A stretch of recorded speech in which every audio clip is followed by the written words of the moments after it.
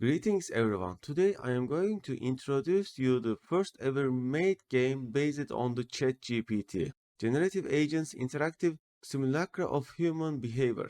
This is a research paper published just 4 days ago by the researchers from Stanford University and Google Research. It actually has a sandbox RPG game engine and you are able to see what is happening or you are able to interact with the NPC agents. In this work, authors demonstrated generative agents by populating a sandbox environment reminiscent of The Sims with 25 agents. Users can observe and intervene as agents. They plan their days, share news, form relationships, and coordinate group activities. So their sandbox RPG world is named as the Smallville, with the areas labeled as you are seeing on the screen. The root node describes the entire world. Children describe areas, e.g. houses, cafes, stores, and leaf nodes describe objects, e.g. table, bookshelf. Agents remember a subgraph reflecting the parts of the world they have seen in the state they have saw them. So they describe their agent avatar and communication like this. A community of 25 unique agents inhabit Smallville. Each agent is represented by a simple sprite avatar. Each agent has a description. If you have used ChatGPT or GPT-4, you would already know that you can make the GPT engine behave as someone else you like. For example, John Lin is a pharmacy shopkeeper at the Willow Market and pharmacy who loves to help people. You can say the ChatGPT to behave like this and communicate with the ChatGPT like that. So the GPT for ChatGPT is able to do role playing really good. He is always looking for ways to make the process of getting medication easier for his customers. So with this information, you can communicate and chat with the ChatGPT as the ChatGPT is this John Lin character. And this is the core concept that the authors of this paper utilized. Inter-agent communication. The agents interact with the world by their actions and with each other through natural language, just like you would do with the ChatGPT or with another person. At each time step of the sandbox engine, the agents output a natural language statement describing their current action, such as Isabella Rodriguez is writing in her journal, Isabella Rodriguez is checking her emails, Isabella Rodriguez is talking with her family on the phone, and such. This statement is then translated into concrete movements that affect the sandbox world. The action is displayed on the sandbox interface as a set of emojis that provide an abstract representation of the action in the overhead view. Agents are aware of other agents in their local area, and generative agent architecture determines whether they walk by or engage in conversation. Here a sample in the middle of a conversation between the agents Isabella Rodriguez and Tom Morena about the upcoming election. In this sandbox game that authors have built, users are also able to control characters, avatars, and communicate with the agents run by the ChatGPT. A user running this simulation can steer the simulation and intervene either by communicating with the agent through conversation or by issuing a directive to an agent in the form of an inner voice. Environmental interaction. Agents move around Smallville as one would in a simple video game, entering and leaving buildings, navigating its map, and approaching other agents. Agent movements are directed by the generative agent architecture and the sandbox game engine. When the model dictates that the agent will move to a location, we calculate a walking path to the destination in the Smallville environment and the agent begins moving. So for making this sandbox environment, they used Phaser web game development framework. The visual environment sprites, including agent avatars as well as environment map and collision map that we authored, are important into Phaser. Starting from the single paragraph description, agents begin plan their days. As time passes in the sandbox world, their behaviors evolve as these agents interact with each other and the world, build memories and relationships and coordinate joint activities. However, this game is still far from being a full-fledged game because the agents are only able to use their previous day memory. The authors explain that we prompt the language model with the agent's summary description, e.g. name, traits, and summary of their recent experiences, and the summary of their previous day. So with this much of information, the new day of the agent is determined and planned. So each day, a new plan is made for each agent based on the previous day experiences and based on the initial characteristics of the agent. For example, figure 3 is displaying the morning routine of the agent John Lin. John wakes up around 6 a.m. and completes his morning routine, which includes brushing his teeth, taking a shower, and eating breakfast. He briefly catches up with his wife May and son Eddie before heading out to begin his workday. Emergent social behaviors. By interacting with each other, generative agents in Smallville exchange information, form new relationships, and coordinate joint activities. These social behaviors are emergent rather than pre-programmed. Information diffusion. As agents notice each other, they may engage in dialogue as they do, so information can spread agent to agent. For instance, in a conversation between Sam and Tom at the grocery store, Sam tells about his candidacy in the local election. So with this way, agents are spreading their words and learning new information from other agents. Relationship memory. Agents in Smallville form new relationships over time and remember their interactions with other agents. For example, Sam does not know Latoya Williams at the start. While taking a walk in Johnson Park, Sam runs into Latoya and they introduce themselves, and Latoya mentions that she is working on a photography project. In a later interaction, Sam's interactions with Latoya indicate a memory of the interaction as he asks, "Hi Latoya, how is your project going?" and she replies, "Hi Sam, it is going well." The hardest part of a such sandbox RPG game is the memory currently, because ChatGPT or GPT-4 is extremely limited with the amount of context that they can hold and remember. Therefore, for such a big game, you have to use your own memory stream, and based on that memory, you have to give memory information every time when you are interacting with the GPT agent. So the authors came up with this workflow for their game: perceive, memory stream, retrieve memories, plan, reflect, and act. The authors have explained this workflow as agents perceive their environment and all perceptions are saved in a comprehensive record of the agent's experiences called the memory stream. Based on their perceptions, the architecture retrieves relevant memories, then uses those retrieved actions to determine an action. These retrieved memories are also used to form longer-term plans and to create higher-level reflections, which are both entered into the memory stream for future use. So it is still not possible to use GPT engine for the entire memory of an agent. Generative agent architecture. Their current implementation utilizes GPT 3.5 turbo version of the ChatGPT.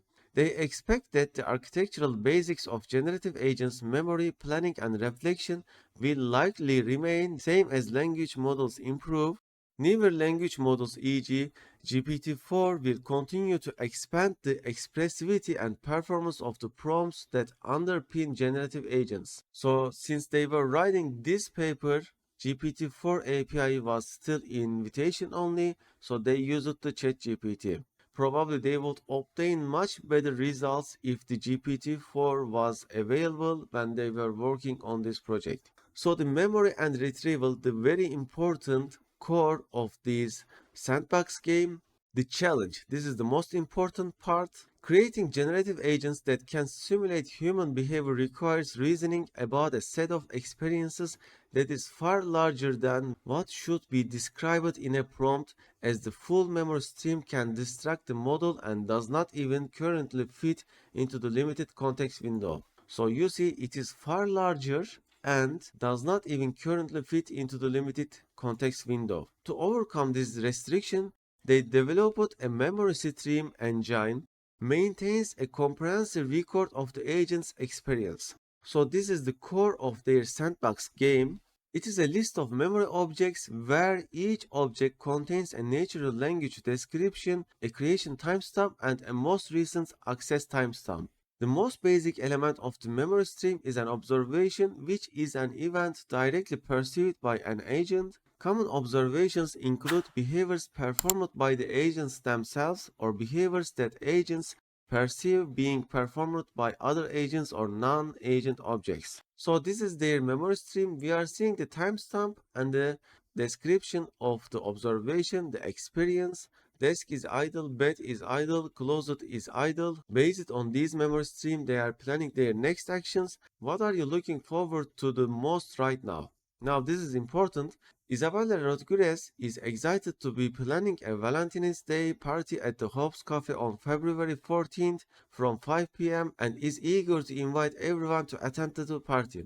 So they need to retrieve the memory, but not just every memory. They need to sort the memory based on recency, importance, and relevance. Then from these retrieved memories, it will ask the ChatGPT engine to do what next. So you see each action is getting ranked by the engine they developed. Ordering decorations for the party has 2.21 score. Researching ideas for the party has 2.20 score. Figure 6 is explained like this. The memory stream comprises a large number of observations that are relevant and irrelevant to the agent's current situation. Retrieval identifies a subset of these observations that should be passed to the language model, which is ChatGPT plus in this case, condition its response to the situation. So the hardest part of their sandbox game was making the architecture that implements a retrieval function that takes the agent's current situation as an input and returns a subset of the memory stream to pass on the language model. This is the most important part of making such game or such project, because the gooder you retrieve the experience, the better the result you will get with the language model.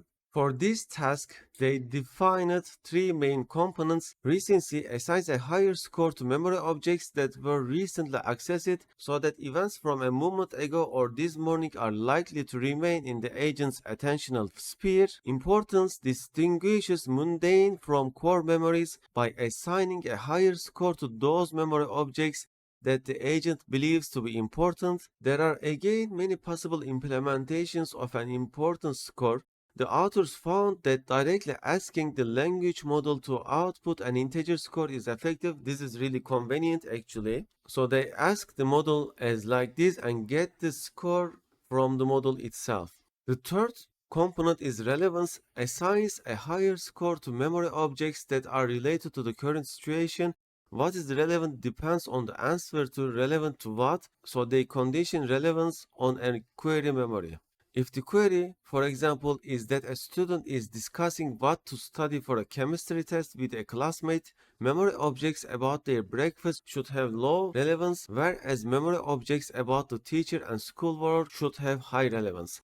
In their implementation, they use the language model to generate an embedding vector of the text description of each memory. Then they calculate relevance as the cosine similarity between the memory's embedding vector and the query memory embedding vector. So to calculate the final retrieval score, which is the core, as I said, they normalize the recency, relevance, and importance scores to range between 0 and 1 by min-max scaling.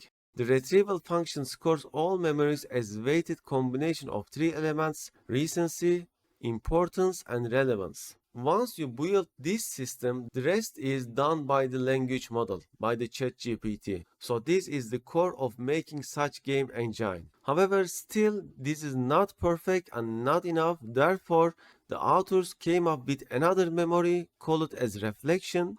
Challenge: generative agents, when equipped with only raw observational memory, struggle to generalize or make inferences. Actually, this is also because of the amount of memory they have. They are very limited. Consider a scenario in which Klaus Mueller is asked by the user if you had to choose one person of those you know to spend an hour with, who would it be? With access to only observational memory, the agent simply chooses the person with whom Klaus has had the most frequent interactions, and the answer would be Wolfgang, his college dorm neighbor. Unfortunately, Wolfgang and Klaus only ever see each other in passing and do not have deep interactions. A more desirable response requires that the agent generalize from memories of the Klaus spending hours on a research project to generate a higher level reflection. So they developed this approach. Reflections are generated periodically in our implementation. We generate reflections when the sum of the importance scores for the latest events perceived by the agents exceeds a certain threshold. In practice, our agents reflected roughly 2 or 3 times a day. So another challenge is planning and reaction.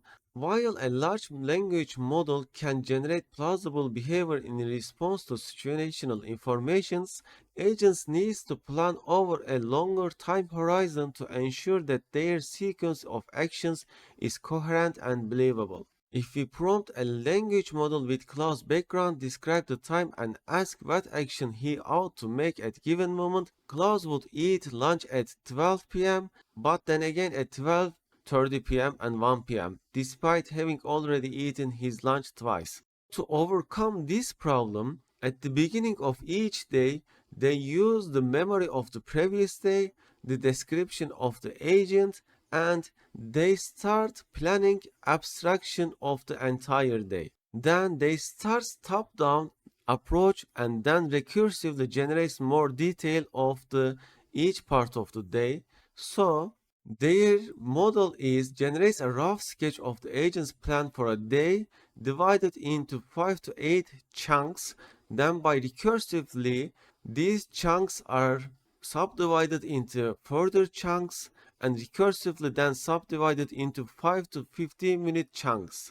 E.g., 4 p.m. grab a light snack such as a piece of fruit, a granola bar, or some nuts. 5 past 4 p.m. take a short walk around his workspace. So this is how their planning works. Of course, there is reacting and updating plans. Generative agents operate in an action loop where at each time step they perceive the world around them, and those perceived observations are stored in their memory stream. They prompt the language model, e.g. the ChatGPT, with these observations to decide whether the agent should continue with their existing plan or react. So the context summary is generated through two prompts that retrieve memories via the queries: what is observer's relationship with the observed entity, and observed entity is action status of the observed entity, and their answers summarized together.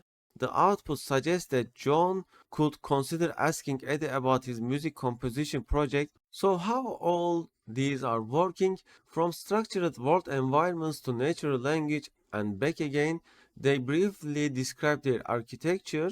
To achieve this, they represent the sandbox environment areas and objects as a tree data structure with an edge in the tree indicating a containment relationship in the sandbox world.